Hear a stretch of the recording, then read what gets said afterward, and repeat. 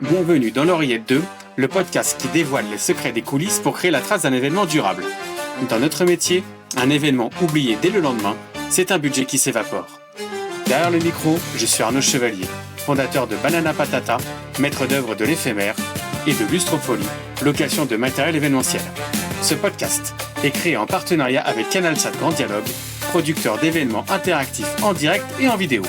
Nous sommes dans leur studio TV au cœur de Paris. Ne créons plus seulement des événements, laissons une trace. Installe-toi dans l'oreille, ça commence. Bonjour à toutes et à tous et bienvenue dans ce nouveau live, dans cette émission Dans l'Oreillette 2, le podcast qui vous aide à laisser une trace quand vous créez vos événements. Aujourd'hui, on va parler d'un thème qui est très à la mode, qui est l'IA, avec une phrase toute simple. L'IA, elle est prête, et vous, non. Pour parler de ce sujet aujourd'hui, autour de la table, nous avons 4 personnes. Et nous avons quelqu'un qui est très en forme aujourd'hui. Je vais commencer par toi, Benoît. Bonjour Benoît, comment vas-tu ? Salut, ça va très bien. Ça va très bien, voilà. Benoît Tristram, donc concepteur-rédacteur de plénières qui font agir et réagir. Ouais. Ophélie Houtard de Wassège, chargée de prod et spécialiste RSE. Complètement. Voilà, donc ça c'est nos 2 habitués de la bande qui ont leur ronde serviette à notre table. Et puis on reçoit aujourd'hui 2 personnes assez spécialisées dans le domaine qui sont, on va commencer par toi, Agathe. Agathe Samut, qu'on a plus l'habitude de connaître sous Agathe de Cometti. Exactement. Et donc de Cometti n'est pas ton nom de famille. Non, c'est mon nom de scène. C'est ton nom de scène. Donc, c'est mon nom d'artiste. Exactement, fondatrice de Cometti, plus de 1200 personnes formées à l'IA à aujourd'hui. On va pas mal parler de ce que tu fais et de ce que tu apportes justement dans ces formations. Et à tes côtés, Stéphane Mira, également concepteur-rédacteur aussi, mais tu avais mis AI... Centrique. AI Centrique, voilà, pardon. Et donc, je serais très curieux de savoir ce qu'est un AI centrique. Tu fais aussi de la formation, notamment auprès des adhérents de l'Unimev. Absolument. Voilà. Et tous les deux, vous êtes là aussi pour qu'on puisse évoquer un peu ce sujet. Avec plaisir. Avec cette question donc provocante. L'IA est prête et vous non. Pourquoi ? Parce que c'est pas une question, c'est un constat. On peut voir aujourd'hui un certain nombre de personnes qui sont adeptes ou pas de l'IA, qui ont une facilité ou pas d'adoption. Certains attendent peut-être encore le bon moment pour vraiment s'y intéresser. L'idée aujourd'hui, c'est pas de faire un débat pour ou contre. Ça n'a aucun intérêt. Ça va être une seule question. Qu'est-ce qui va vous forcer à changer ? Et donc, pour ça, je vais d'abord vous poser, vous au public, une première question. Vous avez un sondage qui va apparaître, qui est, donc la question est, l'IA est prête. Vous, point d'interrogation, vous êtes prêt ? Vous n'êtes pas encore prêt ou vous résistez. On verra à la fin de cette émission quels sont les scores à ce niveau-là. Je vais d'abord commencer par vous deux. Dans votre quotidien, aujourd'hui, quel est le degré d'adoption, d'utilisation de l'IA dans votre quotidien professionnel ? Le mien ou celui de mes clients ? Le tien. Le mien, je pense qu'il est plutôt très élevé. Par rapport à la moyenne, je vais utiliser... Aujourd'hui, l'IA, moi, je l'utilise entre 4 et 5 heures par jour dans mes projets.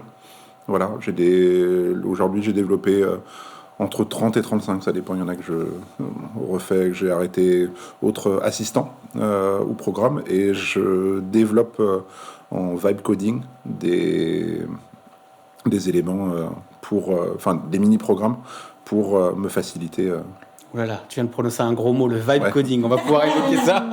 On va évoquer ça tout à l'heure. J'utilise 3 IA, Claude, Gemini et ChatGPT, et d'autres aussi. Ophélie. Ta question ? Ton degré d'utilisation de l'IA aujourd'hui dans ton quotidien ? Dans mon quotidien professionnel, je pense que je l'utilise tous les jours aussi. Tu m'aurais dit ça il y a 2 ans, je n'y aurais pas cru. Parce qu'à la base, c'était pas vraiment le genre de choses vers lequel j'ai envie de tendre.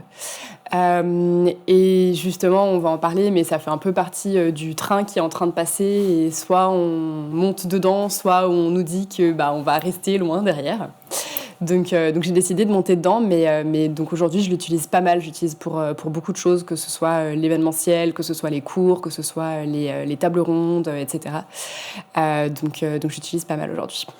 Ce fameux train, Agathe, justement, on va en parler. Qu'est-ce qui, toi, t'a poussé à en devenir une des locomotives, justement, puisque tu fais pas mal de formations auprès de différents professionnels. Qu'est-ce qui t'a amené, puisqu'à l'origine, Cometti, c'était pas forcément une agence de formation. Quel a été le moment de bascule et comment t'es arrivé aujourd'hui aujourd'hui à faire tout ce que tu proposes? En fait, quand j'ai créé Comity il y a 9 ans maintenant, l'idée de base, c'était accompagner les organisateurs d'événements pour leur simplifier la vie, leur apporter des solutions, des bons conseils, des astuces. Et en fait, moi, je suis toujours assez à la recherche de qu'est-ce qui change, qu'est-ce qui permet de faire évoluer les pratiques. Donc, j'ai commencé à faire de la formation sur les événements hybrides et digitaux suite au Covid, parce qu'il y avait ce besoin. L'IA est arrivée, je me suis dit, ça, c'est aussi une transformation qu'il faut qu'on intègre, qui est au service de nos projets, qui est au service des équipes qui travaillent dans l'événement et dans la com.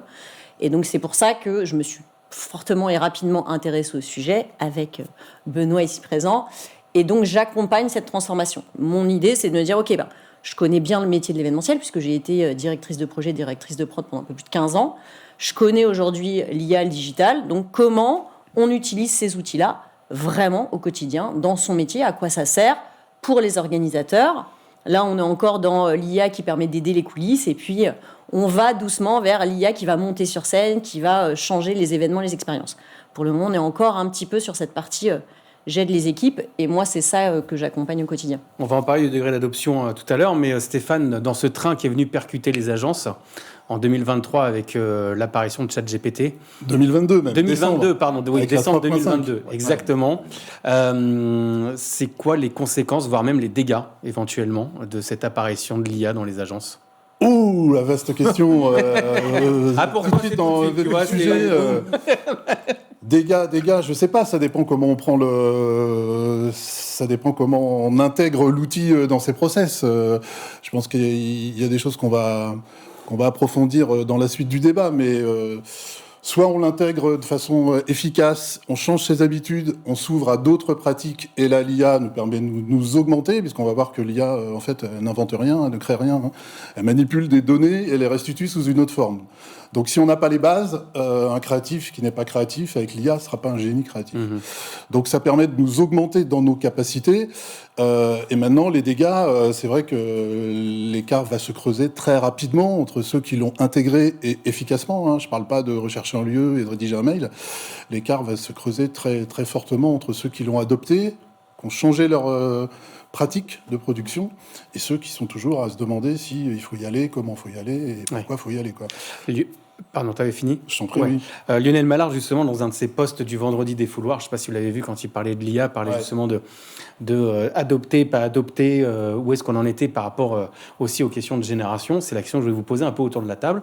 Est-ce que cette adoption est liée justement à une question de génération en termes d'âge ? Moi, je pense pas. J'ai même eu, c'est étonnant parce qu'en fait, en formation, j'ai l'inverse. C'est-à-dire que on va avoir des jeunes, effectivement, qui étaient étudiants et qui ont très très vite pris le pas, mais en fait, qui n'ont pas de connaissances structurées de méthode. Et en fait, comme tu le disais, l'idée c'est que l'IA fait monter tout le monde d'un niveau, mais si on est là, on arrive là. Si on est déjà professionnel, on arrive là. Donc en fait, ça lisse pas tout le monde. Donc en fait, les jeunes ont cette facilité à y aller, mais ils l'utilisent pas forcément de la bonne manière. Après, je veux pas généraliser, bien évidemment. Mais de l'autre côté, on va avoir des cinquantenaires qui arrivent en se disant « j'ai pas trop envie ». Mais en fait, quand on leur montre l'intérêt pour eux et comment ça peut leur aider, en fait, étonnamment, c'est souvent eux qui sortent de formation hyper enjoués en se disant « ah, ça y est, j'ai compris l'intérêt, ouais, si, ça va m'aider, ça m'enlève rien ». Je suis toujours le ou la bonne professionnelle que je suis, avec mon expertise, mon expérience. Mais par contre, je vais pouvoir gagner du temps sur des choses et je vois en quoi ça va m'aider. Et en fait, c'est pas forcément eux qui sont les plus réfractaires. Donc, globalement, pour moi, c'est pas du tout une question de génération. C'est plutôt une question, parfois, d'appétence au digital. On a l'impression que c'est inaccessible parce qu'on parle de vibe coding et tout. Mais c'est pas ça le sujet. Et en fait, c'est hyper accessible, c'est assez simple. Ça demande de la méthode et de la structure pour l'utiliser et avoir des réponses qui sont à la hauteur de ce qu'on attend. Mais globalement, c'est accessible à tous et c'est ça qui est hyper intéressant. Mmh. Si vous avez des questions à poser pendant ce direct, n'hésitez pas à le faire dans les commentaires LinkedIn. On pourra les prendre au fur et à mesure de votre participation. Ophélie, je te voyais réagir. Oui, complètement. Moi, sur les différences de génération, il y a un point quand même que j'ai vraiment noté faisant des formations dans le supérieur et étant intervenante, c'est que à l'heure actuelle, les jeunes, ils vont vraiment avoir cet automatisme de tout faire avec, entre autres, ChatGPT ou une IA. Le truc, c'est que les professionnels comme nous, avant, on a appris à réfléchir, on a appris à monter des choses, etc. Et en fait, eux, ils n'ont pas appris. Et juste, moi, le nombre de fois où c'est arrivé que je retrouve, je donne des sujets d'examen et je retrouve sur 16 étudiants 14 fois la même copie. Et en fait, c'est affolant. Maintenant, je mets que je ne veux plus d'utilisation d'IA pour mes examens parce que sinon, je lis 14 fois la même copie. Sur 16, il y en a 2 qui vont mettre des trucs un peu différenciants, etc. Mais pour moi, c'est vraiment un truc qui est un peu affolant parce que ça veut dire que avec cette facilité qu'il y a de pouvoir justement ne plus avoir à réfléchir et juste mettre un truc et ça se produit tout seul, et c'est un problème. Donc évidemment, là, on en revient à la formation et à comment utiliser l'IA parce que je pense que quand on l'utilise bien, qu'on met vraiment de soi dedans, ça fonctionne, mais c'est pas la chose qui est la plus abordable, c'est pas la chose qui est faite naturellement par les gens. Et donc je pense qu'il y a un vrai sujet là qui pour moi tient aussi du social, du sociétal, de l'éducation et de qui va avoir accès à ces formations. Et il y a un gros sujet pour moi là-dessus. On va en parler justement. Benoît, est-ce qu'il faut être un senior dans son métier pour pouvoir gérer comme il faut l'IA par rapport à ce que dit Ophélie, ou est-ce qu'il faut avoir du bon sens ? Il faut avoir du bon sens, mais après du bon sens, vous savez ce qu'on dit, hein. On a tous du bon sens, mais on n'a pas tous le même. Donc, je vous laisse voir dans quelle catégorie vous êtes. Plus sérieusement, oui, en fait, ça nécessite d'être capable de prendre du recul et de se faire accompagner. Et il y a sans doute des formations de métiers techniques qu'il va falloir réintégrer en complément de ces formations IA, parce qu'effectivement, c'est ce qu'on voit en formation avec A4 sur les personnes qu'on a, des personnes qui vont l'utiliser de manière à un niveau vraiment 1, où je fais du mail, je fais juste un peu de recherche de lieux, etc. Mais en fait, la puissance, elle est... quand on est senior, ou quand on a un peu de background et qu'on s'est posé des questions pour aller plus loin, là, la puissance, elle est folle. Qui est le plus en avance, les agences ou les annonceurs ? Ou les freelances? Ni l'un ni l'autre, mon capitaine. Non, en fait, c'est difficile. Chez les annonceurs, ils sont dans un moment où ils ont eu... ça a été très long pour eux d'avoir l'outil, parce qu'il y avait des vrais sujets de cybersécurité de choix. Donc, on leur a livré l'outil. Et là, ils y ont accès, mais ils n'ont pas tous été formés. Donc, c'est encore assez confus. C'est vrai que l'avantage, c'est que... alors, parfois, ils ont eu des formations, mais un peu généralistes. Donc, il nous faut intervenir sur des sujets qui sont experts métiers. Donc, on intervient sur de la com, sur de l'événement, parce que ça leur permet vraiment d'avoir des cas d'usage très spécifiques. Et après, en agence, ça s'accélère beaucoup. On a quand même beaucoup d'agences qu'on a vues là, ces 3 dernières années. Donc, il y a quand même un vrai engouement pour se saisir du sujet, accompagner les équipes. Ce qui est intéressant cette année, c'est qu'on a beaucoup d'agences qui nous ont contactés en nous disant en fait, c'était dans les vœux des équipes lors de leurs entretiens annuels de se former à l'IA. Donc, en fait, il y a un sujet qui est partagé entre la direction qui a envie de s'y mettre et les équipes qui ont envie de le faire bien. Donc, quand ça se rencontre, en général, c'est plutôt le bon mélange. Et les freelances, ils sont aussi dedans. Donc, en fait, tout le monde avance. Mais je suis tout à fait d'accord avec ce que disait Ophélie. Il y a un sujet aujourd'hui d'accélération qui fait qu'il faut passer le pas. C'est-à-dire que ceux qui sont encore en train d'hésiter, il faut vraiment y aller parce que là, on commence une accélération qui est assez folle. Depuis 3 mois, on a pris un vrai gap. Tout ça, Stéphane, par rapport à la question que je posais justement. Les agences et les free sont beaucoup plus souples et beaucoup plus agiles. Donc voilà, on a une liberté totale déjà de choisir son outil.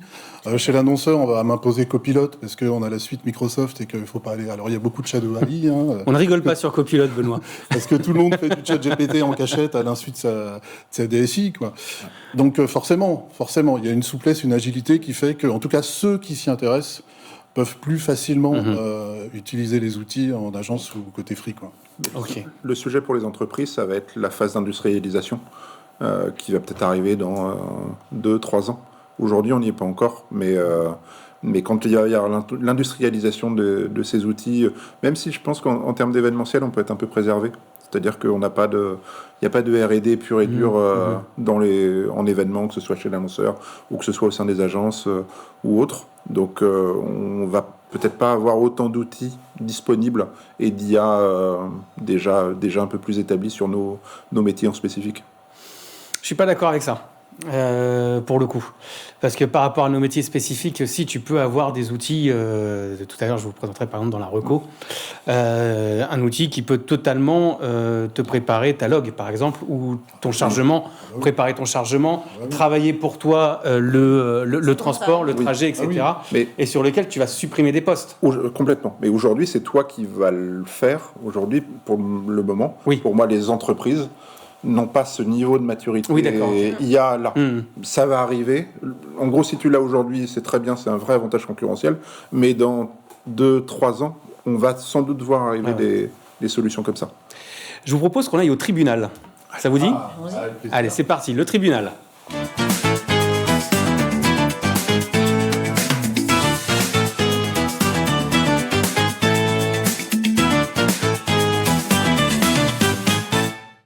Alors en fait, je vais vous présenter des cas pratiques et vous allez me dire coupable ou innocent et il faudra argumenter sur votre décision.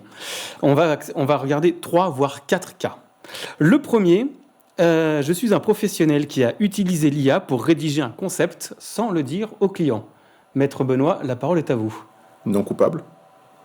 Non coupable pourquoi ? Parce que en fait l'IA c'est comme un outil, c'est comme PowerPoint, c'est comme Excel, c'est comme Word, c'est comme chercher sur Internet. Je peux avoir très bien pompé un concept d'une autre agence ou d'un autre événement que j'ai vu sur Internet. On va jamais me faire le reproche de dire mais vous l'avez copié complètement, Monsieur Tristram. Donc non, en fait, il y a pas. En fait, l'enjeu, c'est pas l'outil, c'est plutôt est-ce que le concept qui a été proposé, il répond aux objectifs, aux enjeux, il a suffisamment d'impact, il est dans les coûts, etc. C'est ça la question. C'est pas comment on le produit, c'est qu'est-ce que ça va produire. Une autre réaction ? Oui, moi je rejoins Benoît. Aujourd'hui, l'IA, c'est un outil comme la suite Microsoft. Innocent, oui, évidemment, parce que ce qui fait la valeur, c'est la valeur ajoutée qu'on va apporter. C'est pas l'outil qu'on a utilisé. On va pas empêcher un architecte d'utiliser un logiciel pour dessiner. C'est aberrant. Oh, moi je dirais non coupable aussi, bon déjà parce que je fais pas de concept, mais moi je les mets en place.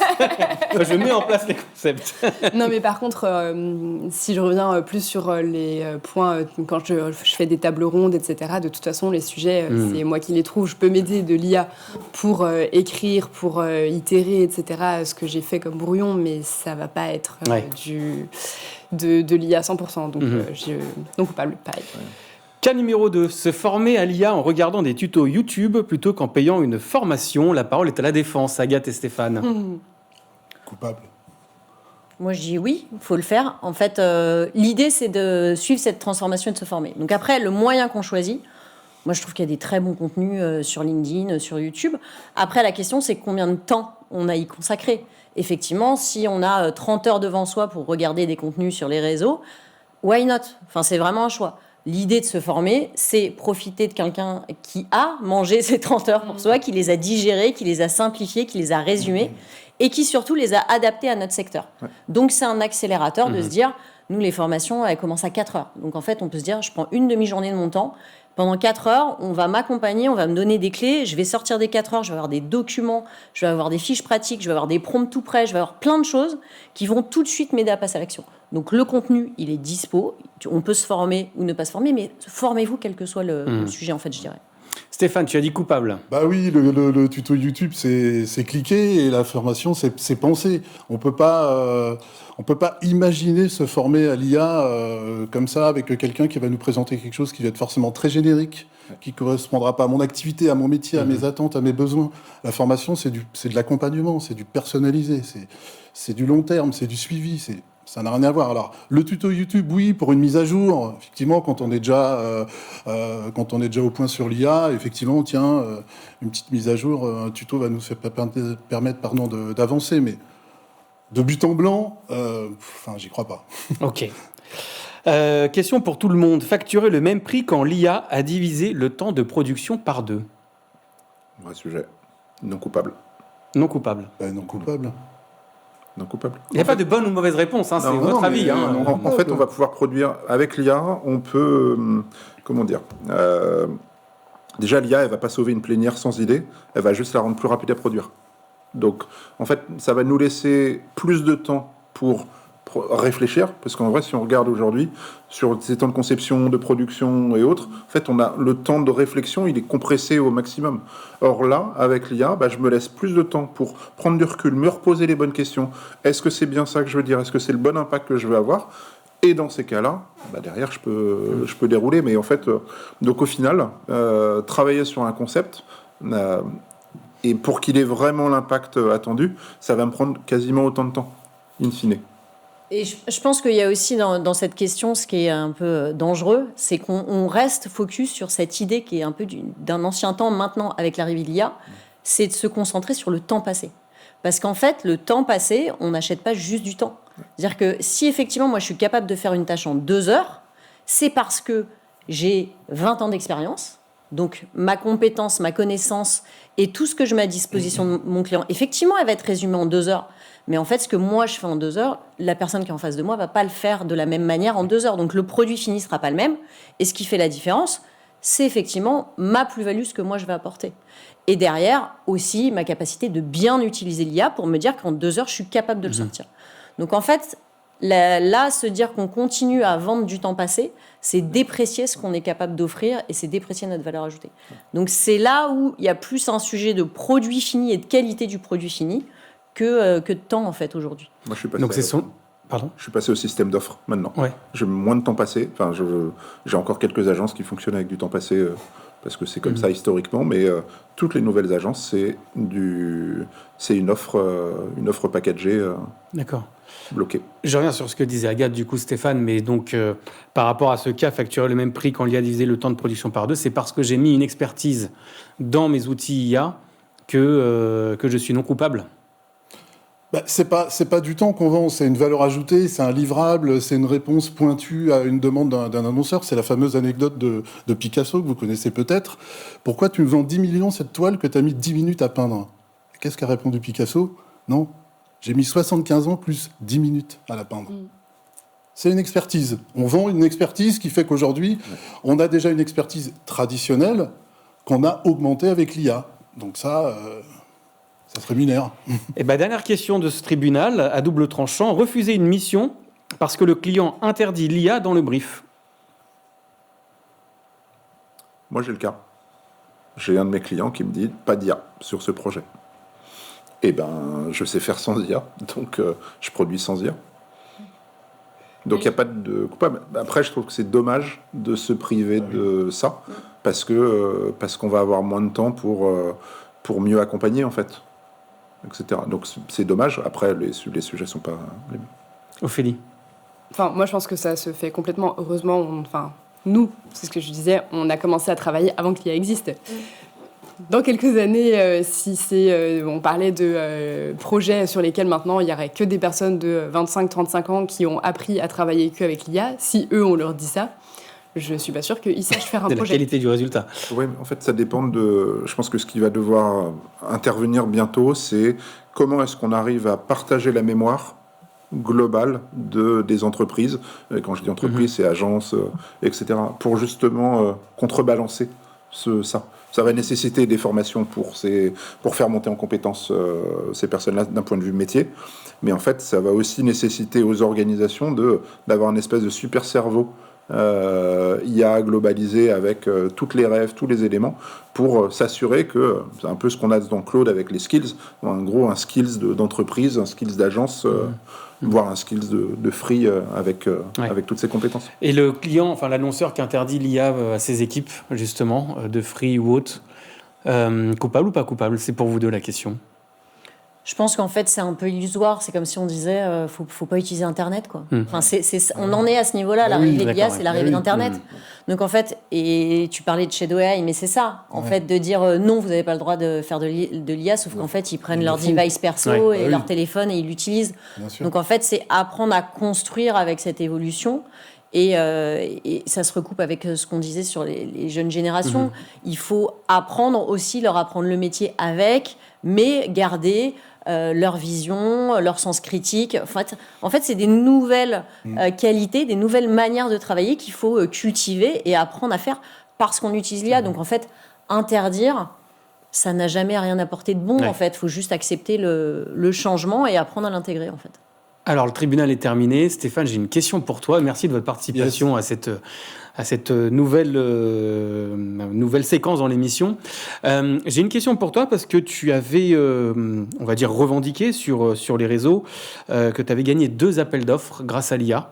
Ce que j'aimerais savoir, c'est comment, en fait, cette utilisation a fait la différence dans ta proposition et qu'est-ce qui te fait dire que c'est parce que tu as eu cette utilisation-là que par rapport à d'autres, tu as gagné.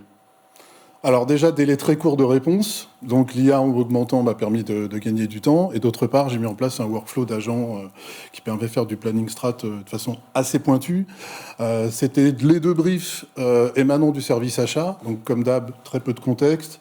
Une session de questions-réponses qui n'a pas amené grand-chose. Et grâce à ce workflow d'agents que j'ai mis en place, ça m'a permis de déceler des signaux faibles qui m'ont permis de frapper juste dans le concept que j'ai proposé. Donc sur les 2, ça s'est vraiment révélé. Manuellement, scraper 150 URL, c'est juste humainement pas possible, quoi. Donc j'aurais pas pu le faire sans. Voilà. Scraper, le terme pour ceux qui ne sont pas dedans, c'est prendre des données. Prendre des données. Okay. Prendre les données d'URL. Tout lire. Agathe, aujourd'hui, qu'est-ce qui bloque le plus ? La peur de la machine, la peur de l'utilisation ou la peur de ne pas savoir faire ? Je dirais plutôt la peur de la machine, c'est-à-dire que, en fait, ça paraît, pour ceux qui n'ont pas vraiment passé le cap, l'IA, c'est un grand sujet, tout le monde en parle, c'est dans tous les médias, et donc ça peut impressionner un peu. Mais en vrai, quand on commence, et la plupart aujourd'hui l'ont fait, on commence à s'y mettre, on se dit « Ok, je vois comment ça marche, ça n'a pas l'air très compliqué, c'est vrai que c'est propre, c'est quali, ce que ça me donne, c'est pro. » Après, en général, le frein, c'est de dire « Ça ne me ressemble pas complètement. C'est pas vraiment moi, j'aurais pas écrit comme ça. Du coup, je vais passer beaucoup de temps à le corriger, à le réajuster. » Donc c'est là où, en fait, apprendre de la méthode et de la structure, ça permet d'accélérer. Mais est-ce qu'on a encore peur de se faire remplacer par l'IA ? Je dirais, quand on commence à l'utiliser, on comprend bien que c'est nous qui faisons la différence. C'est ce que nous, on apporte. C'est comment on va partager notre parti pris, comment on va avoir un sens critique par rapport à ce qui nous répond l'IA. Que du coup, on ne se retrouvera pas à la fin de l'appel d'offres avec toutes les agences qui répondent la même chose, parce que chacun aura bien utilisé et aura mis en place et partagé sa vision. Donc, en fait, les peurs aujourd'hui, c'était pas dans tes propositions, mais je pense que la peur principale aujourd'hui, c'est le temps. C'est de se dire, j'ai pas le temps de m'y mettre, je vais le faire. Mais voilà, souvent, on m'appelle en me disant, c'est un sujet, c'est sur ma to-do list depuis à peu près 1 an, mais j'ai jamais géré. Donc, dans ce cas-là, qu'est-ce que je fais ? Je vous conseille, appelez-nous, calons des dates dans le planning, au moins c'est bloqué, et comme ça, vous avancez. Mais c'est plus le truc de dire, faut que je le fasse. Et jamais passer à l'action. Excuse-moi Benoît, j'ai juste tu parlais de remplacement, l'IA va pas nous remplacer. Si on prend, alors évidemment c'est des boîtes de la tech, mais si on prend des annonces de boîtes tech qui ont fait récemment part de X suppression de postes dans certains types de métiers, à 2 ans, à 3 ans, à 5 ans, est-ce qu'on ne serait pas en mesure de voir ça dans notre milieu sur certains types de postes ? Plus que des postes, c'est des tâches, je pense, qui vont être remplacées. Ça, c'est que tout ce qui est automatisable, clairement, l'IA va le faire mieux que nous, sans être jamais malade, sans être jamais fatigué, 24 heures sur 24. Voilà. Donc, dans la mesure où c'est quelque chose d'automatisable, oui, c'est un risque que la tâche soit... Logistique et gestion. Après, remplacer l'humain totalement, il ne faut pas rêver, surtout dans nos métiers, on est sur du live. Et encore une fois, il y a toujours l'humain avant l'IA, quoi. On est sur du live, mais... Ce fantasme-là que l'IA va tout remplacer, s'il n'y a pas un humain qui pilote l'IA, qui cadre l'IA, qui sait l'utiliser et qui sait obtenir quelque chose de pertinent et d'exploitable, l'IA ne fera pas des miracles. Et c'est pour ça que certains, en tout cas, qui ne s'y sont pas encore mis, ils ont essayé qu'une question à la Google, ils ont un résultat médiocre, ils se sont dit, c'est pas pour moi. Oui, mais t'as vu ton compte, qu'est-ce que tu veux faire avec ça ? Voilà. Ça commence par mais ça. alors, du coup, pas forcément d'accord, parce que là, ce que tu soulevais, la logistique et gestion, demain, là, tu as parlé de planner strat en termes d'agents que tu as fait, etc. Si mon outil, il est capable de me faire le boulot de 3 personnes qui me font la répartition de mes participants dans les hôtels, la réservation des chambres, la constitution des listes, le fichier, etc., au lieu d'avoir peut-être dans l'équipe 3 personnes, j'en ai besoin plus que d'une qui sait utiliser l'outil, j'ai des postes qui disparaissent quand même. Tu auras besoin d'une personne senior pour gérer, et donc ça pose la question de quelle est la place des juniors là-dedans, comment je les fais grandir, Et à un moment donné, le risque, c'est d'avoir une espèce de cassure, un peu comme on a eu époque Covid, hein, où là, on voit que on a eu cette cassure entre les jeunes chefs de projet, assistants chefs de projet qui avaient pas de travail et tout ça, et on le paye un peu là sur les dernières années, on l'a un peu payé parce que il y a des réflexes qui sont moins là. On a plein de seniors qui sont partis faire plein de métiers différents, etc. Le risque, c'est d'arriver à ça. Le risque de la cassure. J'ai une question pour toi, Ophélie, très spécifique. L'IA, elle est RSE ou elle n'est pas RSE? Pour moi, à la base, l'IA n'est pas RSE. Pas forcément que d'un point de vue écologique, mais d'un point de vue aussi social et sociétal, justement pour tous les sujets qu'on abordait, parce que tout le monde n'y a pas accès de la même façon, tout le monde n'est pas formé de la même façon, et donc ça veut dire que forcément, il y a des inégalités à ce propos. Sur le fait de se dire qu'on peut avoir des métiers qui vont être remplacés, etc., je suis plutôt d'accord avec Stéphane sur le fait que ce soit des tâches plus que des métiers. Mais donc, de base, pour moi, si on part sur ces principes-là, l'IA, elle n'est pas RSE. Après, on peut utiliser l'IA pour pouvoir être plus RSE, pour pouvoir mieux répondre sur certains sujets, etc. Et donc, je dirais que c'est comme tout, ce n'est pas tout noir ou tout blanc. Il y a un peu de gris au milieu aussi. Qu'est-ce qui aujourd'hui, je reviens un peu sur un sujet qu'on a déjà abordé, mais qu'est-ce qui est... On t'a parlé du temps, surtout. Mais est-ce qu'à part le temps, est-ce qu'on a des blocages, par exemple, dans les... je pense aux agences, est-ce qu'on a des blocages par rapport au DSI, par rapport à la sécurité des données, etc. Ou est-ce qu'il n'y a pas vraiment de conscience de ce qu'on peut exposer à l'IA auprès des professionnels? Alors, moi, je dirais qu'il y a de la conscience parce que ça fait partie des questions principales qu'on reçoit. En fait, avant la formation, on demande un peu quels sont les sujets qui inquiètent. Et la question de la gestion des données, elle revient à chaque fois. Donc, bien évidemment qu'il y a des questions sur comment je l'utilise de manière responsable vis-à-vis de mes clients, comment je les rassure sur le fait que je sais gérer leurs données. Il y a effectivement des questions sur la RSE. Est-ce qu'il y a des pratiques qui vont faire que c'est moins énergivore ou pas? Donc, en fait, moi, je pense qu'il n'y a pas de blocage technique. Et je te rejoins, Stéphane, sur le fait de dire les agences ont cette capacité d'adaptation et cette flexibilité qui fait qu'effectivement, c'est plus facile quand même quand on est une TPE, PME ou un peu plus que quand on est dans un grand groupe, quoi. On va passer à une autre rubrique qui s'appelle le vrai ou faux.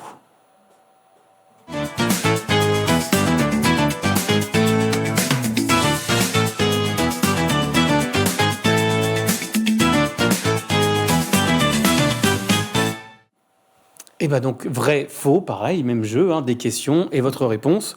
On a déjà commencé à répondre à cette première question qui était que l'IA va supprimer des postes dans l'événementiel d'ici 2 ans. Donc on est plus moi, sur les tâches. je suis plus modulée par rapport à mes confrères. Enfin, bon, je suis une éternelle optimiste, donc ça aide aussi. Mais je trouve qu'il y a aussi des nouvelles missions et des nouveaux postes qui vont arriver, ou des évolutions, tout du moins. Typiquement, tout à l'heure, on parlait de logistique. Globalement, il y a aujourd'hui la possibilité de créer des chatbots IA.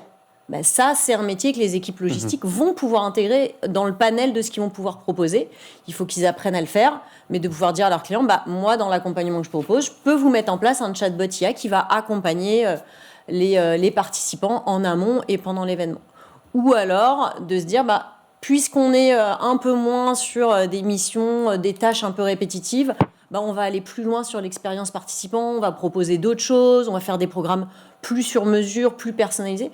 Donc en fait, je pense qu'il va y avoir des changements aussi côté expérience événementielle et que ça va faire bouger un petit peu nos métiers, mais je ne suis pas persuadée qu'il y ait vraiment des grosses suppressions de postes dans notre secteur, autant sur des très grosses boîtes, sur de l'intermédiaire, sur des jobs un peu de bureau, d'office, où là, effectivement...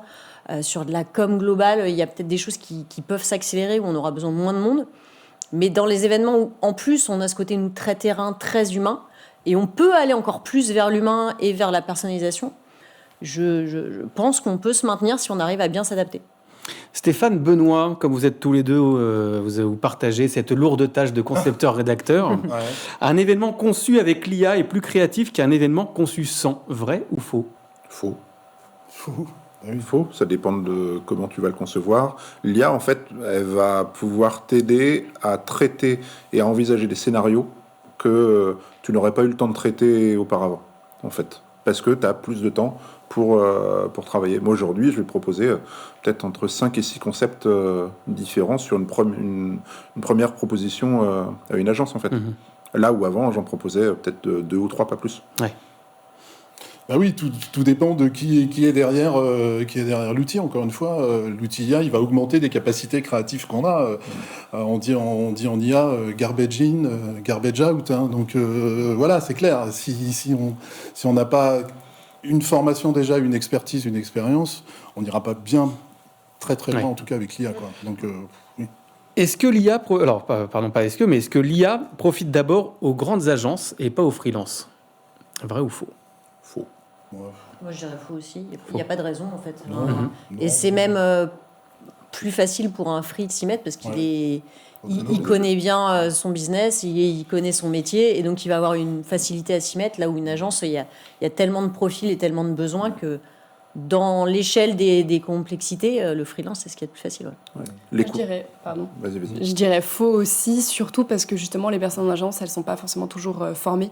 Et moi, c'est déjà arrivé plein de fois que j'arrive sur un projet où le projet a pris l'IA pour faire un mood board, des vues, Ça se et voit. que alors, non mais ça se voit, Non, c'est ça très se joli. voit parce que c'était du Dali à l'époque, et Ouais. Dali c'était quand même assez flagrant. Maintenant, on a quand même des outils qui sont beaucoup mieux. Maintenant, en vrai, franchement, on arrive à faire des choses qui sont très bien, très jolies. Sauf que quand ça arrive en prod et que nous, on voit ça, c'est pas réalisable, en fait. Ça ne fonctionne pas, genre... Ah, mais c'est de l'intention, sauf que c'est ce qui a été vendu au client. Et donc, le client, il dit, ah ben moi, je veux ce que vous m'avez vendu. Ah, mais oui, mais on ne peut pas, monsieur, parce que Oui. ça ne fonctionne pas. Ou alors, de la même façon, qu'il y ait quelque chose qui a été vendu au client pour un certain budget, parce que c'est l'IA qui a fait le budget, en se disant, oui, bon, bah ça, tout ça, nanana, qu'on arrive à un budget de 300 000 d'après le client, pour le client avec l'IA. Et en fait, quand c'est la prod qui passe derrière, en vrai, on est plus autour de 800, quoi. Donc... Je vais remettre ma casquette de dire. Je déconseille les budgets avec de l'IA. Objectivement, sur beaucoup de choses, c'est hyper intéressant. Sur les budgets, gros warning. Ah non, mais ça fonctionne Il faut pas. se souvenir que ces IA ont été nourries aux États-Unis, Ouais. elles n'ont pas de connaissance de notre marché à nous. Donc, autant c'est hyper intéressant pour faire disséquer et lister tous les postes. Parce que là, c'est assez bon, comme ça on est sûr de ne pas oublier des postes. Mais par contre, les prix qu'on met en face, Non. ça reste. On a intérêt à la chez nous. nourrir pour qu'elle commence à nous donner quelque chose d'intéressant. Ouais, ou alors Ouais. d'entraîner son IA avec voici mes derniers budgets, Voilà. voici mes tarifs, voici mes prestats, C'est ça. pour qu'à la fin, elle sorte un truc correct, mais sinon, de but en Et blanc, encore à ça, vérifier, non. parce que Ouais, elle va halluciner. Un exemple tout bête, quand vous demandez à ChatGPT, aide-moi à travailler, à faire un repas pour ce soir, il va vous mettre des quantités. Moi, je lui précise, et c'est plutôt bien prompté, que on est 2 adultes, 2 enfants de 8 ans, il y a des quantités pour 6 personnes. À l'américaine, quoi. Ouais, à l'américaine. XXL. Et donc, on finit au tassi croustique.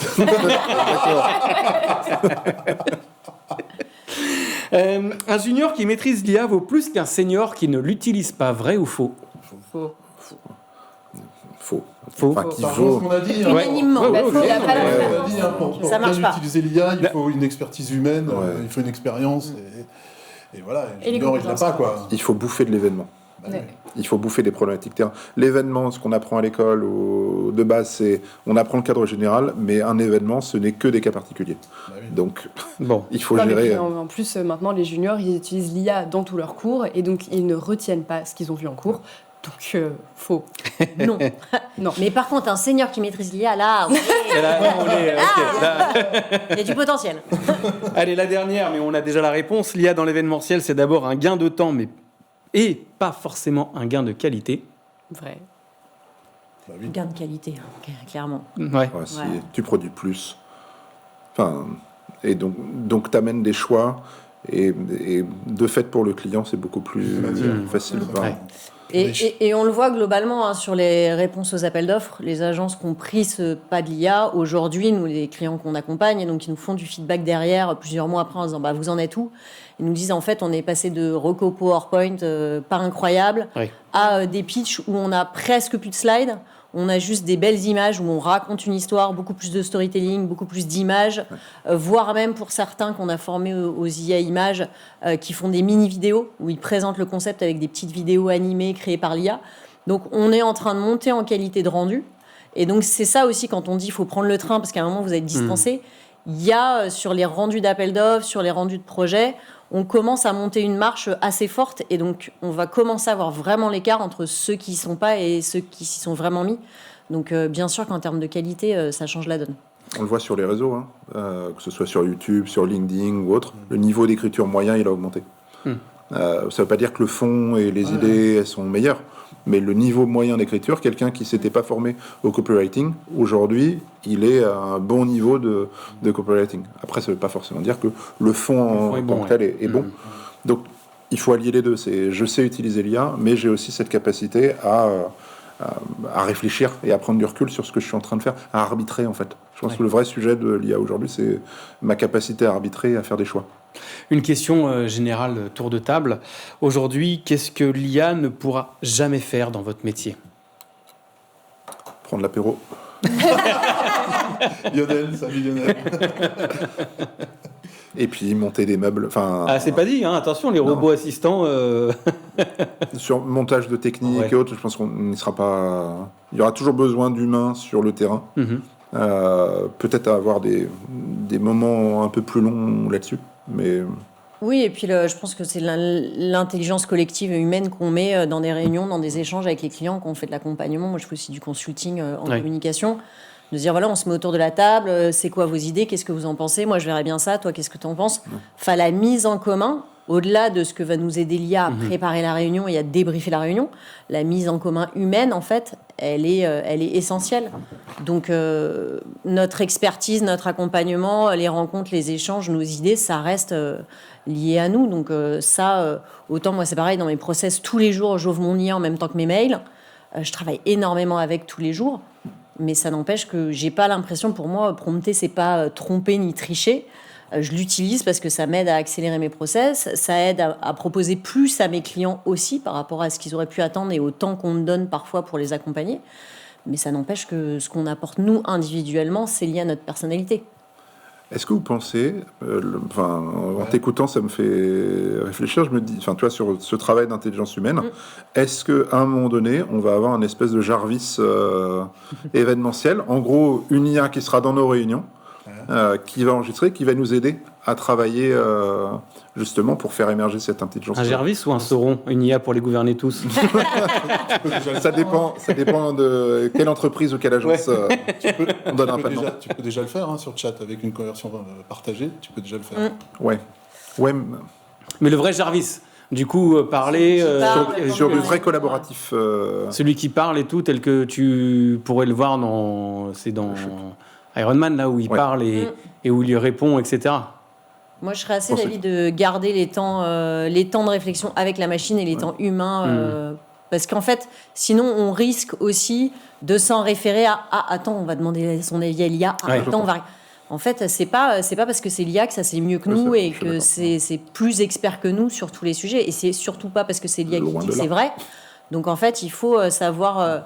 garder l'IA à sa place. Et autant, là, ce que tu dis, un espèce de Jarvis, moi, c'est ce que je fais dans mon business. Effectivement, j'utilise l'IA, je pose pas mal de questions, c'est un peu mon business partner à qui je discute, j'échange. Voilà, je pense à ça, mais ça serait quoi la priorité ? Qu'est-ce que t'en penses ? Mais ça reste mon call à la fin. Et donc, je pense qu'il faut arriver à dissocier les deux. Il y a les temps humains et il y a les temps de travail avec l'IA pour accélérer et pour continuer à réfléchir, mais je garde ça. L'humain d'abord. Est-ce qu'il y a des peurs fantasmées qui sont déclenchées quand on parle du sujet de l'IA auprès des professionnels? Oui, ça va me remplacer. Ouais. Ça va me remplacer, c'est la peur, oui. Ça va tout faire. Ça va tout faire pour moi. Je dirais, c'est pas une peur, c'est un fantasme. Ça. Ouais, ça, c'est un peu... peur en fait, fantasme, la peur, elle y est beaucoup moins quand même qu'il y a 2 ans, 3 ans. Là, c'est quand même plus raisonnable. Mais il y a ce fantasme où les gens pensent encore et ils sortent de formation en se disant en fait, c'est du travail, en fait.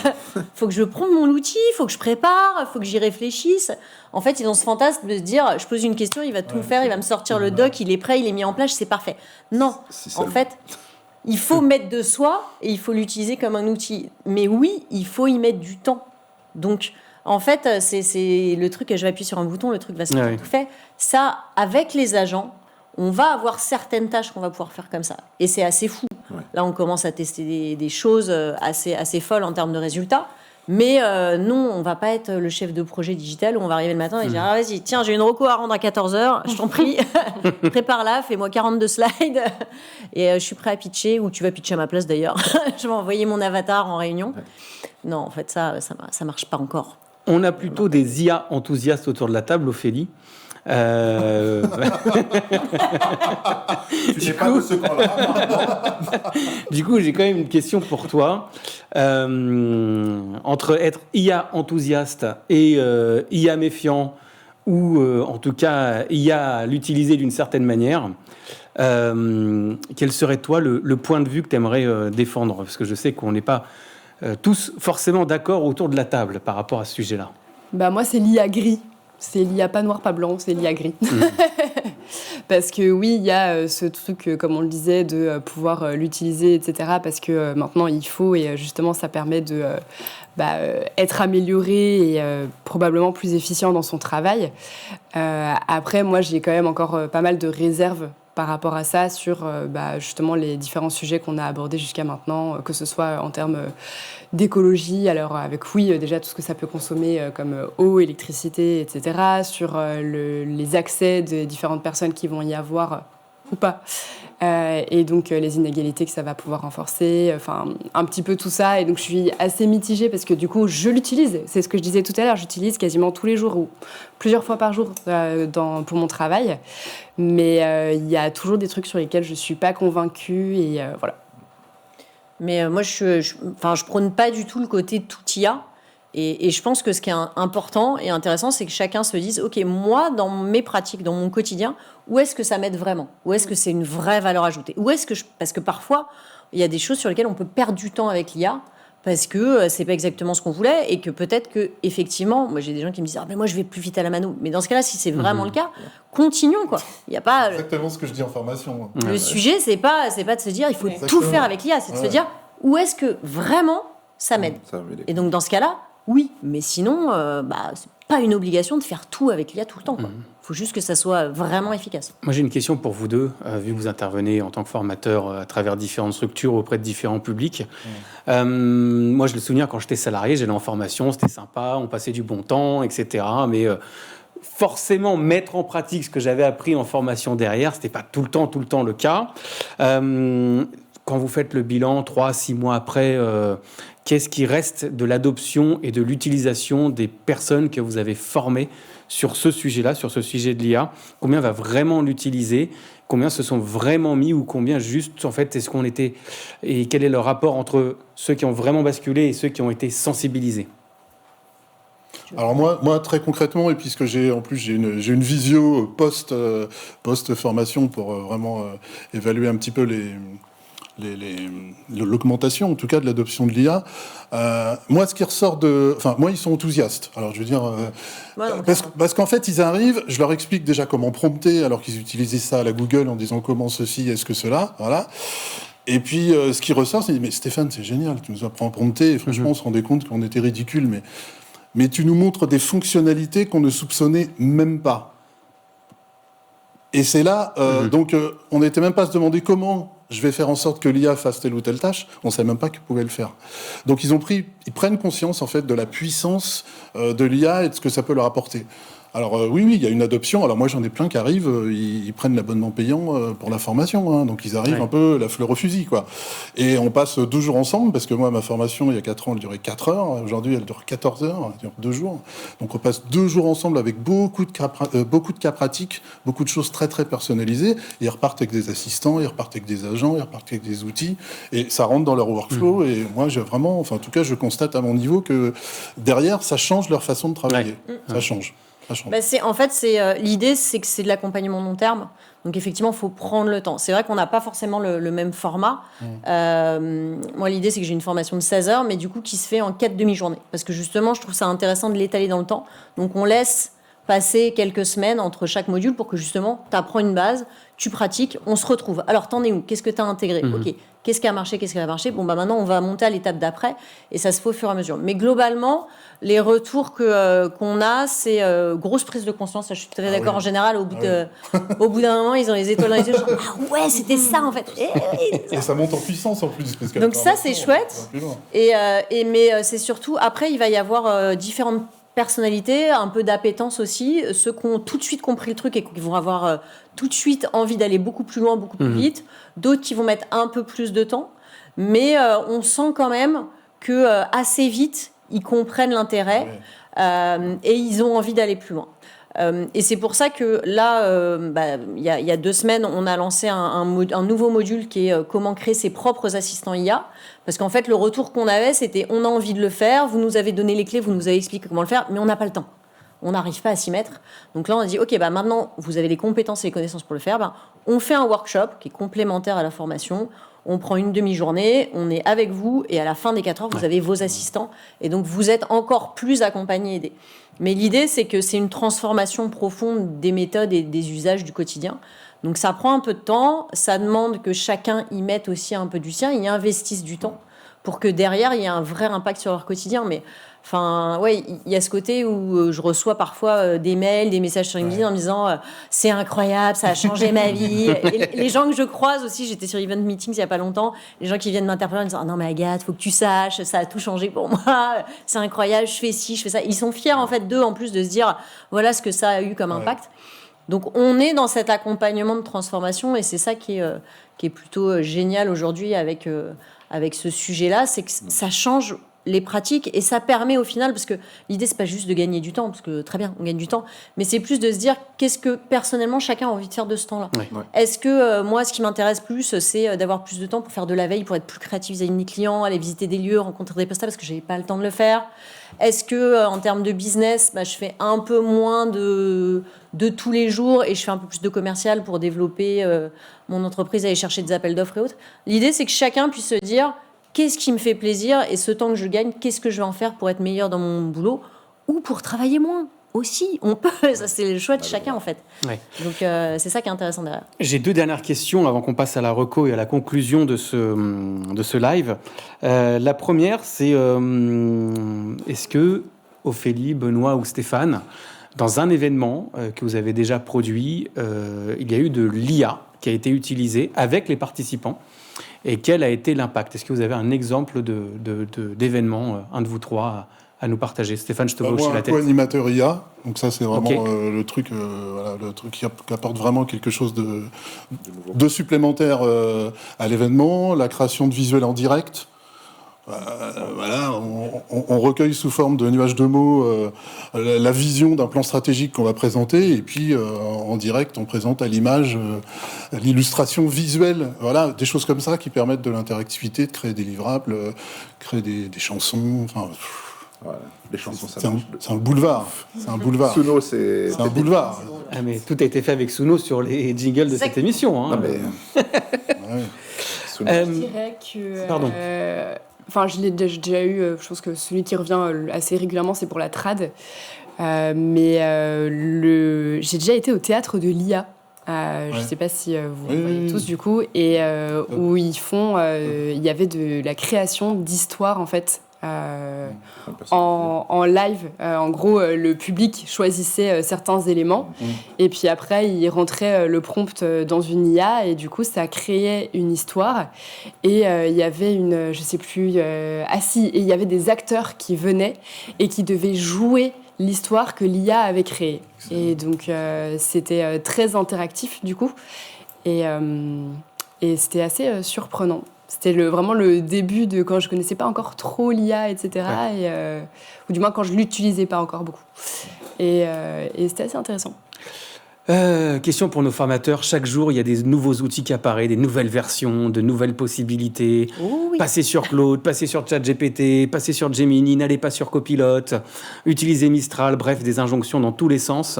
Comment faire pour arriver à suivre tout ça? Est-ce qu'il faut toujours courir après, tel un lièvre qui court après sa carotte? Ou est-ce qu'il faut plutôt se dire, voilà, je vais me spécialiser sur tel type d'outils et je me tiens à ça?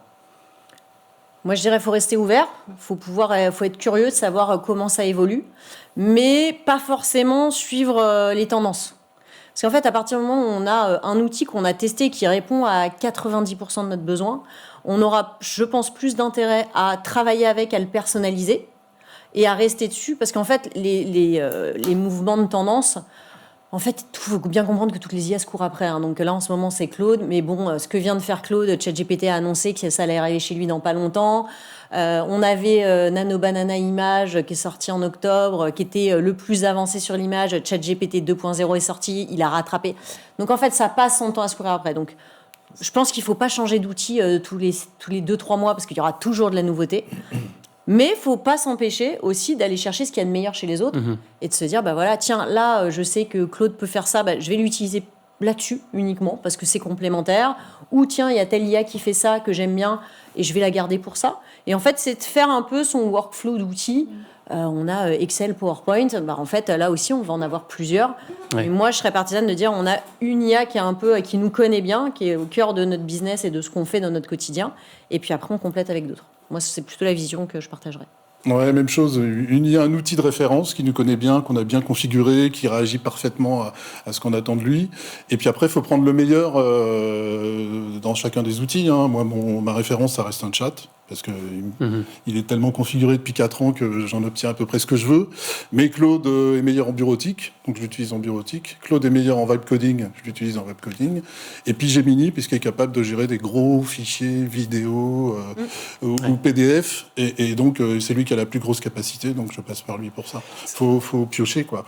Après, ça bouge tous les jours. Moi, je réactualise 20% du contenu de ma formation tous les mois. Je donne des formations tous les mois, 20% sont réactualisés. Ça bouge. Gros travail de veille. Ah oui, perpétuel. Et puis, on se connecte un jour à notre outil. Tiens, il y a un nouveau bouton. Tiens, il y a une nouvelle interface. Tiens, il y a un nouveau truc. Sans prévenir. Sans prévenir. Ah non, ils n'envoient jamais une notif ou un truc. Ça arrive comme ça. Alors, à chaque fois, il faut réactualiser les screens. Ça fait 3 fois que... Ça fait 3 fois que j'entends le mot vibe coding dans cette émission. Mais c'est du codage par IA. C'est-à-dire Donc, c'est du... Alors, encore une fois, l'IA générative, c'est un prompt qui permet donc une instruction qui permet de faire une action à l'IA et de restituer notre demande sous forme de texte, on en a suffisamment parlé, sous forme d'image, on a suffisamment parlé, sous forme de vidéo, sous forme d'audio, mais aussi de code. Donc aujourd'hui, on peut coder un site internet, on peut coder une application, on peut coder absolument n'importe quoi. Et moi, je suis un littéraire, je suis pas un développeur, donc c'est de l'instruction. On demande précisément ce qu'on veut, comment on veut que ça fonctionne, quels résultats on veut obtenir, etc. etc. Et par itération, on arrive à l'outil avec des choses qu'on met en ligne, des choses qu'on exploite, des choses... C'est très... On peut coder, mais on n'est pas obligé. Non, on n'est pas obligé. Je préfère le dire. Moi, j'ai une autre question pour vous deux. Je paye 200 € par mois d'abonnement aux IA. C'est grave, docteur, ou pas? Ça dépend. Est-ce vraiment utile? La seule question. En fait, il y a des outils payants sur lesquels c'est important d'être sur du payant. La plupart des outils ont des offres freemium. Ouais. Donc effectivement, tu parlais de Gemini qui est très intéressant pour retranscrire une vidéo, pour analyser une vidéo. C'est le seul qui est capable de le faire correctement. La version gratuite le fait très bien. Donc en fait, c'est plus de se dire, c'est quoi l'outil dont j'ai vraiment besoin d'avoir toutes les capacités en permanence et après, je vais rajouter des choses. Par exemple, moi, dans mon scope d'outils, j'ai Gamma que je paye parce que Gamma, pour le coup, quand on veut sortir des recos, il faut payer un abonnement parce que la version gratuite est vraiment minimaliste. Mais pour le coup, dans ce que je fais dans mon quotidien, j'en ai vraiment besoin. Donc, OK. Mais par contre, toi, Benoît, par exemple, tu as l'abonnement Nuta qui fait de la retranscription de réunions, mais parce que tu passes 20 heures par semaine en réunion, ce qui n'est pas mon cas. Si ce n'est plus. Moi, je fais beaucoup moins de réunions. Donc, moi, j'ai d'autres outils et qui suffisent, en fait. Ouais. Donc, c'est plus de se dire, est-ce vraiment utile? Ouais. Stéphane? Les 200, c'est beaucoup. Ouais. Après, si tu vas au bout et que tu en as l'usage, pourquoi pas, mais ça commence à... Ouais. Ça commence à compter. Je ne vous dis pas que j'en ai 200. Moi, j'en suis à 560 € par mois. 200, donc, ceux qui consomment beaucoup, c'est ceux qui font de la vidéo. Ouais, c'est clair. Ça mange du token. On a une remarque d'Eric Messeka qui suit le live qui dit il faut peut-être laisser les tendances s'installer, parce que justement, on parlait des nouveaux outils, car elles peuvent être éphémères avant de les intégrer dans nos usages. Ça me fait penser Il y avait un outil vidéo qui était sorti, Sora, je crois que c'était ça le nom. Sora Oui. 2, Qui promettait de belles choses et qui a disparu au bout de 6 mois. ça aurait été. Ouais, ils ont été. C'est l'exemple même de ce qu'on disait en fait à l'instant. Oui, il faut laisser oui, le non. temps. Après, la difficulté, c'est que c'est pas des tendances qui passent. C'est-à-dire que c'est une évolution constante vers le haut. Donc en fait, tout va monter. Il y a effectivement les IA vidéo, il y a plein d'outils, il y a ceux qui continuent, il y a ceux qui continuent pas. Mais globalement, c'est une avancée permanente vers l'avant. Donc, il faut suivre ce qui se passe, mais pas forcément switcher d'outils tous les mois. Non, et puis en fait, le fait de... Par exemple, moi je suis sur Claude, Gemini et ChatGPT. Là, en ce moment, il y a Claude qui fonctionne bien, effectivement, comme le disait Stéphane, sur certains éléments. Je sais que c'est une fonctionnalité qui va être piquée par ChatGPT dans pas longtemps. Donc, en fait, ça me permet d'apprendre sur Claude. Ouais. Et de développer, de nourrir, de continuer d'enrichir Claude. Et quand ChatGPT va offrir la fonctionnalité, je vais aller la retester et je vais évaluer laquelle est la plus adaptée à mon travail, etc. Donc en fait, comme le disait Agathe, tu montes par escalier petit à petit. Oui, et puis nous, on a quand même, autour de la table, on a quand même ce sujet de dire il faut qu'on soit au courant de tout, qu'on ait tout testé, qu'on soit en avance. Donc effectivement, l'idée, c'est qu'on teste un maximum pour pouvoir justement simplifier et rendre accessible. Donc après, tout le monde n'est pas obligé de passer 10 heures par semaine à tester des outils, quoi. C'est clair. Stéphane, on disait en intro, dans ton titre, il y a AI-centrique sur LinkedIn. C'est quoi un AI-centrique ? C'est pas un excentrique ? Non, c'est pas un excentrique. Non, c'est clairement, j'ai intégré l'IA dans toute ma chaîne de production, quoi. Au quotidien, pour faire de la veille stratégique, sectorielle.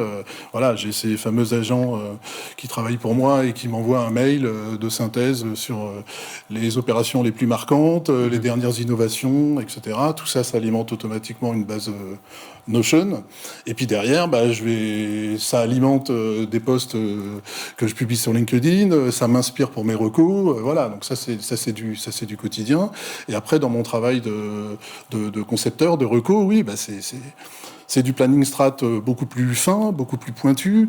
C'est beaucoup plus de matière dont je vais enrichir mes recos, parce qu'aujourd'hui, moodboard, visuel, maquette, storyboard, script, enfin voilà. Une image vaut 1000 mots, donc oui. Donc je l'ai intégré à chaque... encore une fois, en laissant l'IA à sa place, hein, c'est pas l'IA qui fait les choses à ma place, c'est moi qui pilote, mais ça me permet de produire beaucoup plus de choses, beaucoup plus rapidement, c'est clair. Ok. Eh bien, on va passer à la reco.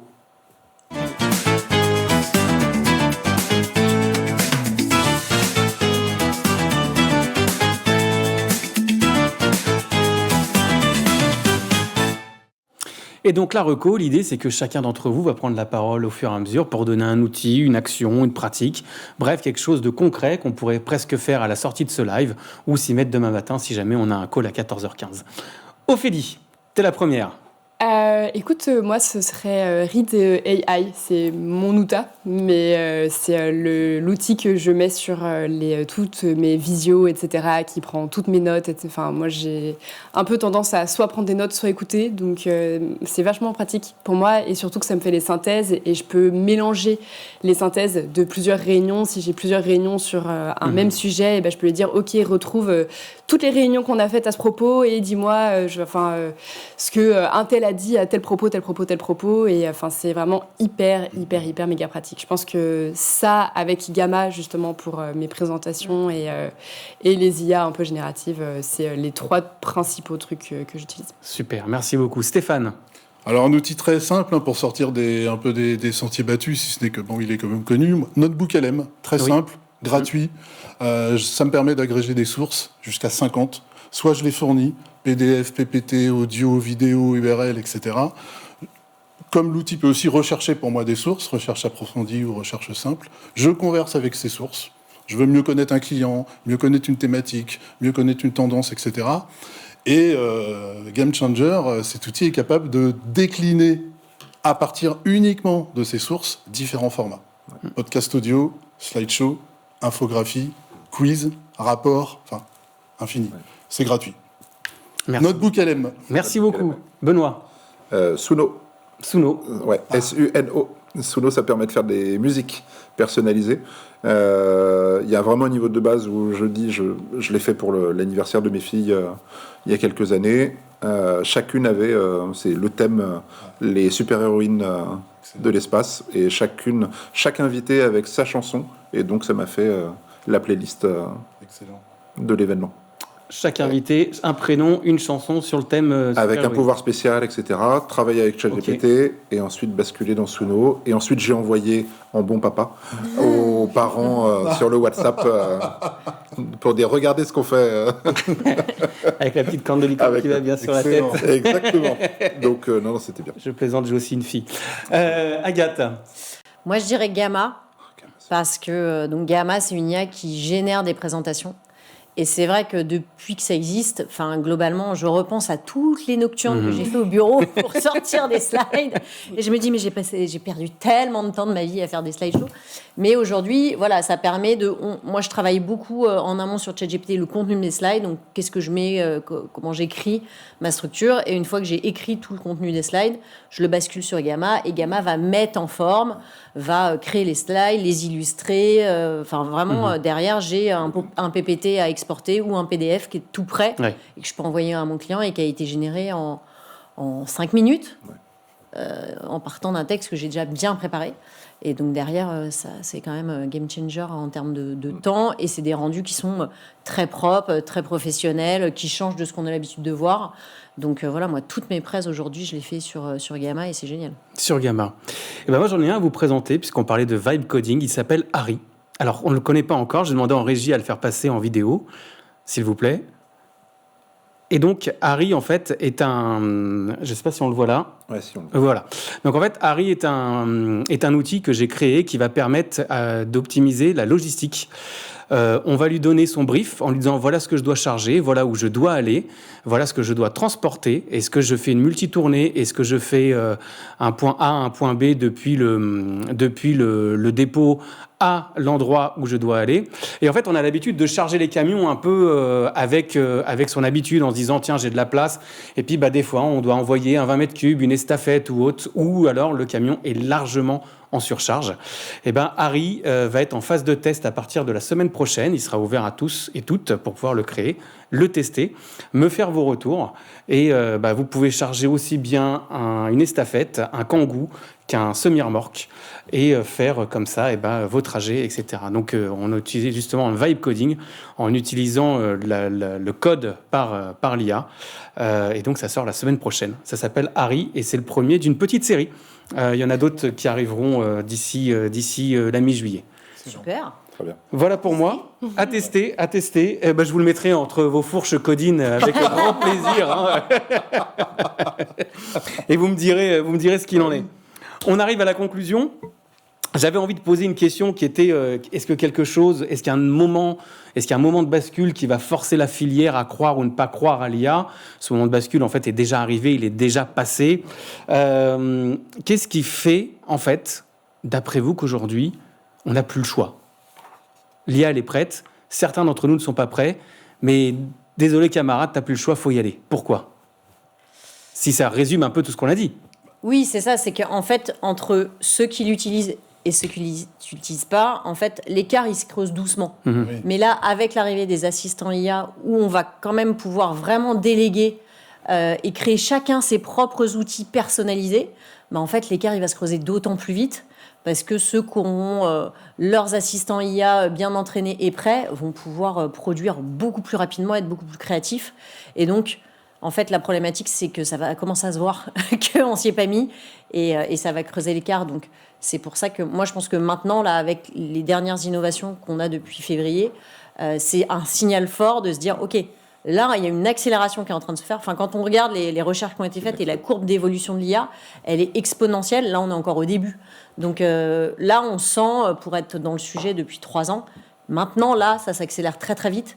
Et ceux qui n'ont pas pris déjà la première étape, ça va être compliqué derrière parce que l'écart va se creuser. Ok, Stéphane. L'écart se creuse et puis effectivement, c'est une logique, c'est une mécanique l'IA. Donc quand on l'a intégré, on va absorber beaucoup plus facilement les évolutions qui sont, on va dire quotidiennes, hein, sans vouloir, voilà. Alors que si on est complètement néophyte, c'est vrai que les gens aujourd'hui qui rentrent dans l'IA, tout de suite on se prend d'un coup des choses assez gigantesques à assimiler. Donc Dans nos métiers, aujourd'hui, si on est une agence, on a des appels d'offres sur lesquels, moi je le vois, hein, on est 5, 6, de plus en plus nombreux. On a de moins en moins de temps pour répondre. Ouais. On a de moins en moins de budget qu'un client qu'on veut toujours plus.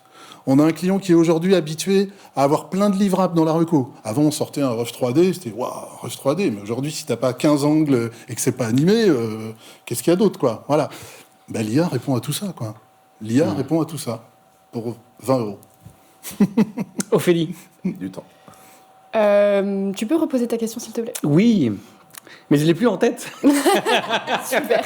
Si, bien sûr. Si, pourquoi le moment, Pourquoi c'est le moment, maintenant, c'est en fait. maintenant. En fait, voilà, le changement, c'est maintenant. Je pense que Agathe et Stéphane ont déjà pas mal répondu. Globalement, il faut y aller maintenant parce qu'en effet, sinon, ce sera encore plus difficile après. Et puis, je pense que pour les gens qui seraient un petit peu réticents, ce qu'il faut se dire, c'est que c'est un outil.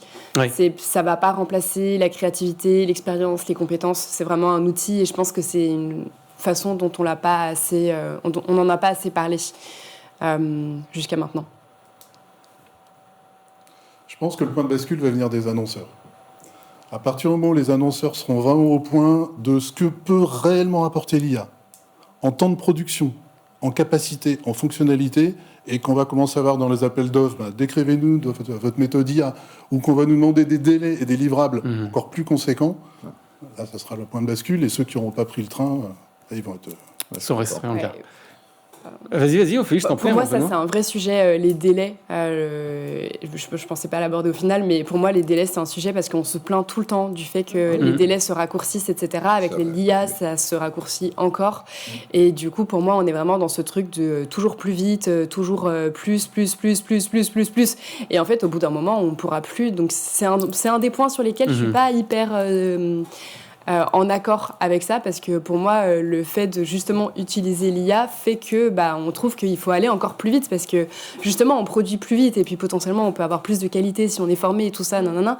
Sauf qu'on se plaint déjà que les délais sont trop courts. Oui, ouais. Donc, pour moi, il y a un enjeu là, quelque part, sur est-ce que ça va pas encore plus nous faire aller plus vite, alors qu'on trouve qu'on n'a pas assez de temps. Mais je trouve que ça recoupe ce que disait Benoît, c'est-à-dire que là où l'idée, c'est pas forcément de tout raccourcir, mais c'est peut-être de se dire, il faut qu'on maintienne un temps et un temps de réflexion, de garder ce temps-là, de le sanctuariser en se disant, il y a un temps de rendu des images qui va être beaucoup plus rapide, d'écriture de la reco qui va être beaucoup plus rapide. Par contre, le temps de réflexion, on en a besoin.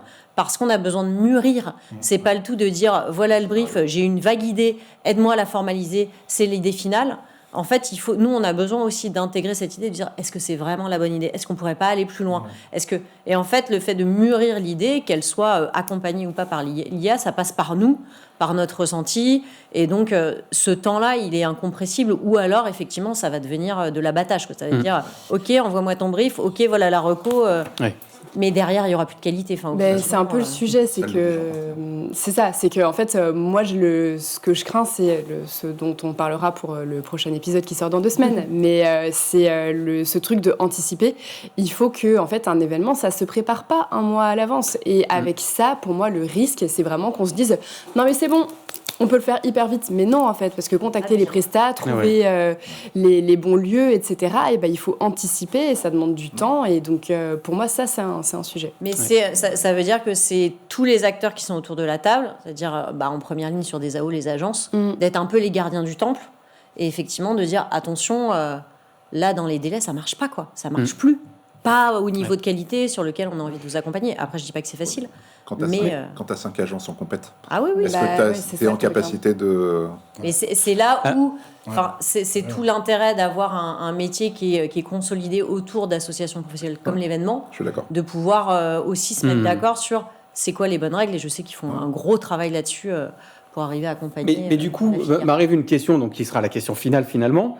On a des structures qui sont dans un mouvement qui s'est appelé l'Eventech. Je pense à InWink qui est là, qui est en train de sortir un workshop pour apprendre à faire des automatisations. À Appcraft qui a sorti Wave Event, l'outil où on tape son brief et on a directement son site. Un autre dont ça m'échappe.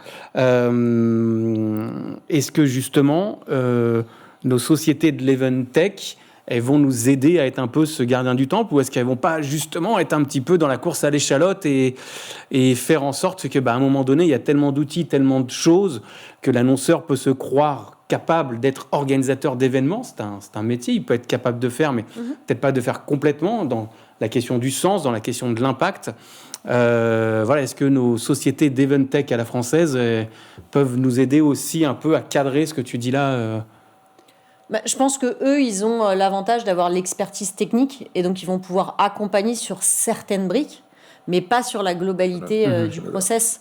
Donc en fait, il faut que chacun puisse aussi comprendre comment les uns...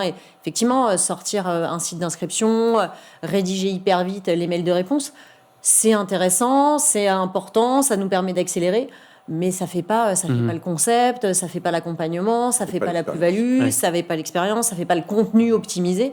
Donc en fait, non, le cœur de l'événement, là où il a vraiment de la valeur, là où les agences ont de la plus-value, les freelances aussi, ça sera pas automatisé par des plateformes. Je pense pas. Benoît, je t'en prie, parce que tu as pas eu l'occasion de conclure. Ouais, en fait, pour moi, on passe de l'IA gadget au système, à l'IA système. En gros, l'IA, à mon sens, et c'est ce que tu dis, Agathe, on va avoir toutes ces briques-là qui sont regroupées. C'est un peu ce que tu proposes avec Harry, où on se retrouve avec des vrais systèmes un peu plus automatisés, un peu plus industrialisés, qui vont me permettre d'avancer et de sortir des trucs de meilleure qualité. Et surtout de pouvoir tester les risques. Et je pense qu'on arrive à ça, et si on ouvre un peu plus, je pense qu'on va arriver à avoir, l'IA va devenir un simulateur de décision, pas simplement un générateur de contenu. Quand je dis simulateur de décision, il faut imaginer la notion de jumeau numérique, concrètement, un double de mon événement en virtuel. Et je vais pouvoir tester tous mes risques, tester tous mes scénarios possibles. Et en fait, je vais plus forcément penser en termes de plan. Je vais toujours le penser quand même parce que on a besoin de pouvoir poser des choses, etc. Mais je vais penser les choses et je vais travailler sous format scénario, avec plein de branches, un peu comme on travaille aujourd'hui avec un ChatGPT ou autre, qui me permet de travailler en arbre décisionnel. Et en fait, le vrai progrès pour moi que l'IA va apporter, c'est on va passer on a vu ça en amont et on verra sur place, on ajustera sur place, à on a déjà testé tous les risques. Et en fait, mon événement, il est dérisqué à ce niveau-là. J'ai vu les déplacements, les flux de participants. J'ai vu comment se passaient les interactions. J'ai vu à quel moment, en termes de quand le contenu que j'ai intégré va pouvoir travailler sur les émotions, les analyser, etc.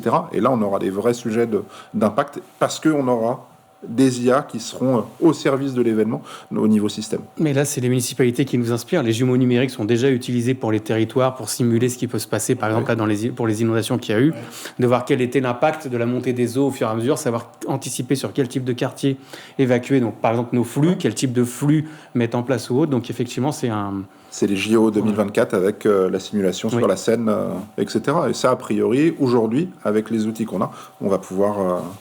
inonder un peu plus. Merci à toutes et à tous pour cette émission, pour ce partage. On a une majorité quand même dans le sondage de personnes qui disent qu'ils sont prêts à prendre le train. Ça fait plaisir. Ça fait plaisir. On a un soutien, on a un accord avec Ophélie de la part d'Alice Dupeigne, qui nous partage un peu son ressenti. On la salue. Voilà, qui dit qu'elle sent déjà une réduction des délais par les annonceurs dans le cadre des AO et qu'elle te remercie, Agathe, pour le rappel que le délai de réflexion est indispensable à un rendu de qualité, même lorsqu'on maîtrise les outils IA. Donc l'IA, elle est prête. Vous, non. C'était le grand thème d'aujourd'hui. Il faut prendre le temps de se former. Ça va déjà être un peu la grande conclusion. L'outil, chaque jour, il y a de nouveaux outils qui apparaissent. Il faut prendre le temps de l'apprivoiser, de l'adopter, de savoir l'utiliser pour lui permettre d'accomplir certaines tâches. Il y a aujourd'hui l'arrivée des agents qui aussi bousculent un petit peu les différents codes. Mais cette adoption massive pose aussi des questions sur les risques générationnels, les risques de cassure, les risques d'accès à la formation, les inégalités que cela peut créer. En tout cas, c'est un sujet dont on n'a pas fini de parler et on pourra forcément le retrouver dans de prochains épisodes de cette émission. En attendant, merci à chacune et chacun de votre participation. Merci à Canal Chat de son accueil dans ses studios à Paris. Et puis, je vais vous donner rendez-vous dans notre prochaine émission, dans l'Oreillette 2, notre prochain invité. Merci. Un immense merci d'avoir écouté Dans l'oreillette 2, le podcast qui dévoile les secrets des coulisses pour créer la trace d'un événement durable. Nous croyons au pouvoir des idées, des rencontres et de la transmission pour faire évoluer notre secteur. Merci également à nos invités pour leur partage, ainsi qu'à nos chroniqueurs. Un gros merci à notre partenaire, Canalsat Grand Dialogue, producteur d'événements interactifs en direct et en vidéo, qui nous accueille dans leur studio TV, au cœur de Pain. Ce podcast est produit par Banana Patata, maître d'œuvre de l'éphémère et soutenu par Lustrofolie, location de matériel événementiel. Retrouve-nous sur bananapatata.fr, en podcast et sur tous nos réseaux sociaux. Rendez-vous très prochainement pour un nouvel épisode dans l'oreillette 2, notre prochaine émission.